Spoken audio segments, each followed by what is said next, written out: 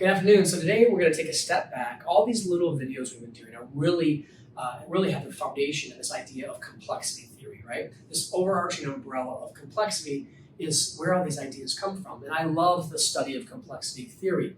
One of the great speakers and authors on this topic is Scott Page, who's a University of Michigan grad, dear to my heart. And so complexity theory is the study of systems as they operate, which is very different from the elements within the system. So interestingly, science has mostly been dedicated to reductionism. How can I reduce a human being down to its smallest components? And that process has been very additive to the collection of human knowledge. So a human being is broken down to a skeletal system, and a muscular system, and a digestive tract, and a circulatory system. That doesn't really tell you much about the human being itself. And the further you go down, the less it tells you about the human being, right? We go down from those elements to the cells, inside the muscles. Inside the cell, you have molecules. Inside the molecules, you have atoms. Inside the atoms, electrons. Well, those electrons tell you absolutely nothing about a human being. So as you reduce things to their most base elements, you learn a lot about the things, or at least the building blocks of the thing, but you learn less about what it does and more about what it is, right? So we want to know what it does and how it operates, because that determines predictive behavior and predictive outcomes. So we're going to address complexity theory in three categories.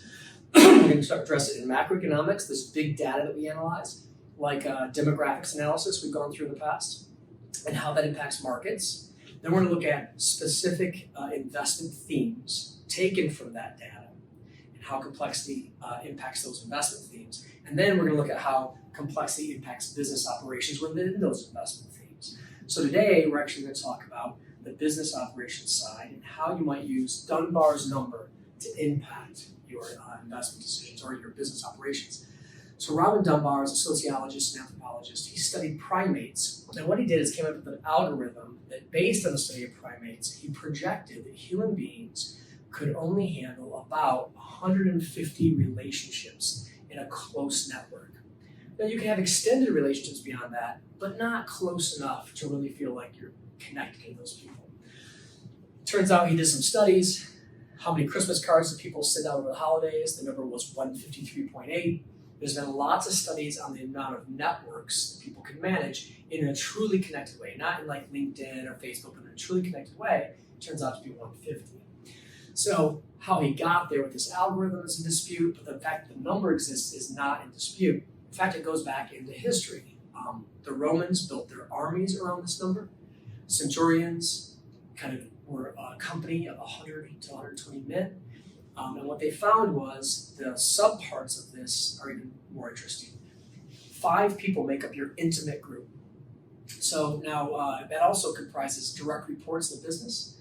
So if 5 people are your direct reports, that's a pretty optimal system. Some people say 7 or 9, but probably 2 to 3 of those reports are more administrative. So 5 idea sharing direct reports. 15 close relationships that are sympathetic and care about you and you care about them. 50 acquaintances that are friends that you wouldn't mind having dinner with, but might not share as liberally as you do with the 15. And then those 50 turn into 150 community bound relationships. So a pretty fascinating number. And again, it's been throughout history, this number has played an important part in human communities and human systems. So as you increase the number of relationships, you decrease the connectivity between the members of that community. And that decrease in connectivity is what we're going to talk about next time in the context of business operations. I hope that's helpful.